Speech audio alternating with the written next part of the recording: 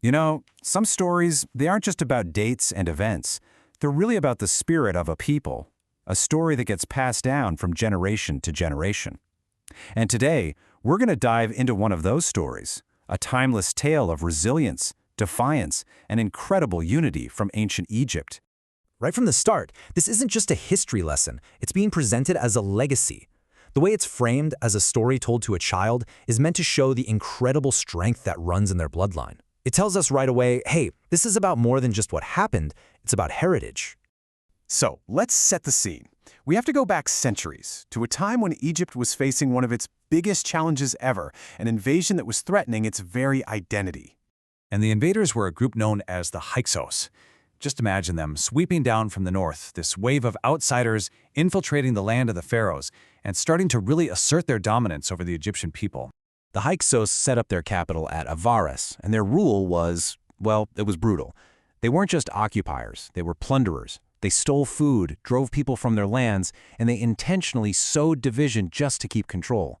So this wasn't just a military conquest, it was an all-out attack on the entire Egyptian way of life, right down to mocking their most sacred customs and traditions. But way down in the south, far from the Hyksos' seat of power, was the city of Thebes. And its ruler, Prince Seqenenre Tao, was described as the strongest and most devoted of all the Egyptian princes. He was watching this tyranny with growing anger, and he absolutely refused to accept their rule. Okay, so this is where things get really interesting.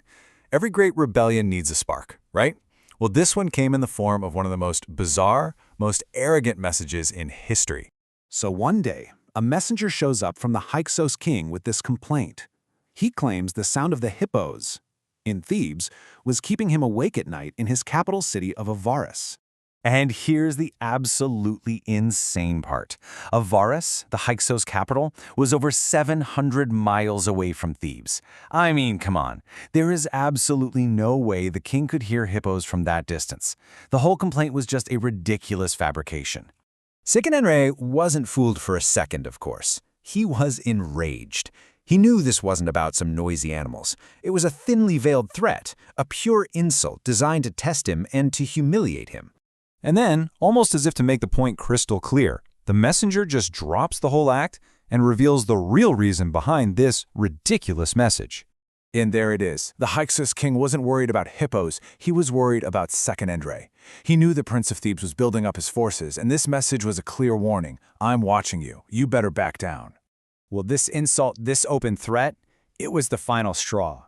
But instead of intimidating Seqenenre, it just lit a fire under him. He immediately sent messengers to every single prince in Egypt, calling them to his palace to figure out a unified response. So this was the big question, wasn't it?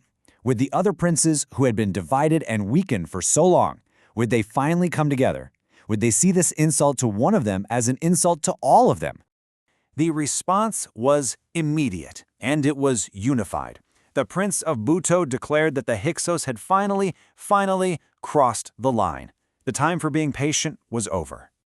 Then the Prince of Kift echoed that sentiment, his voice just filled with defiance. This humiliation? No, it would not be tolerated. Then the Prince of Arment adds his voice, and he's not just calling for defiance, he's calling for action. It was time to drive the invaders from their land for good.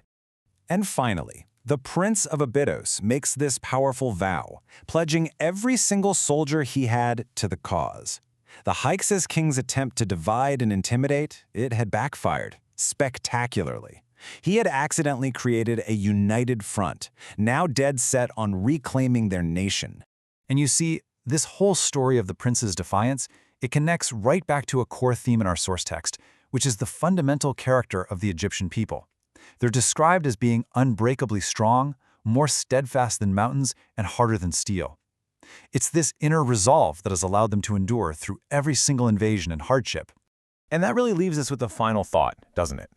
This whole story, sparked by a completely absurd complaint about hippos, it reveals a much deeper truth about identity and unity and resilience. It really makes you wonder, what is that essential spark that allows a culture and a people not just to survive, but to endure against all odds for thousands of years?